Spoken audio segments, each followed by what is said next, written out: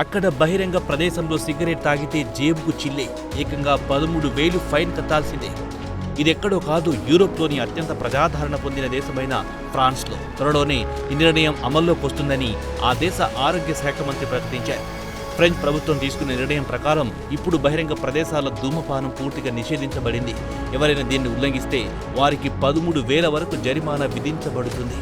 పిల్లల ఆరోగ్యాన్ని దృష్టిలో ఉంచుకొని ఫ్రెంచ్ ప్రభుత్వం ఈ నిర్ణయం తీసుకుంది. ఈ విషయాన్ని ఫ్రాన్స్ ఆరోగ్య కుటుంబ మంత్రి కేథరిన్ వార్టిన్ ప్రకటించారు.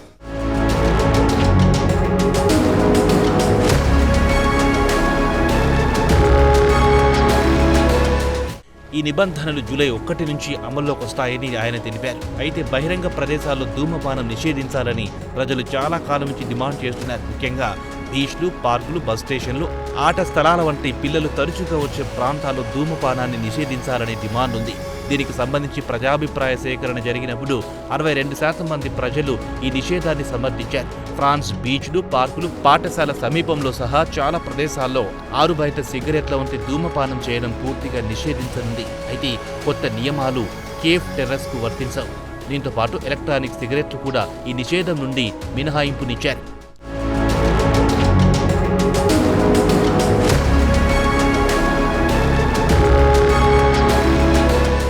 పిల్లలున్న చోట పొగాకు వాడకాన్ని నిషేధించాలని ఫ్రాన్స్ ప్రభుత్వం నిర్ణయం తీసుకుంది. మైనర్లను సిగరెట్ పొగ నుండి రక్షించడానికి ధూమపానంపై కఠినమైన నియంత్రణను ఉంచడానికి ప్రభుత్వం నిర్ణయం తీసుకుందని చెప్పారు. ఇది ప్రపంచంలోని చాలా దేశాలు బహిరంగ ప్రదేశాల్లో ధూమపానాన్ని నిషేధించాలన్న పబ్లిక్ డిమాండ్ ఉంది. మరి ఫ్రాన్స్ తరహాలోనే ఆ దేశాలు ఇలాంటి కఠిన నిర్ణయాలు తీసుకుంటాయో లేదో చూడాలి.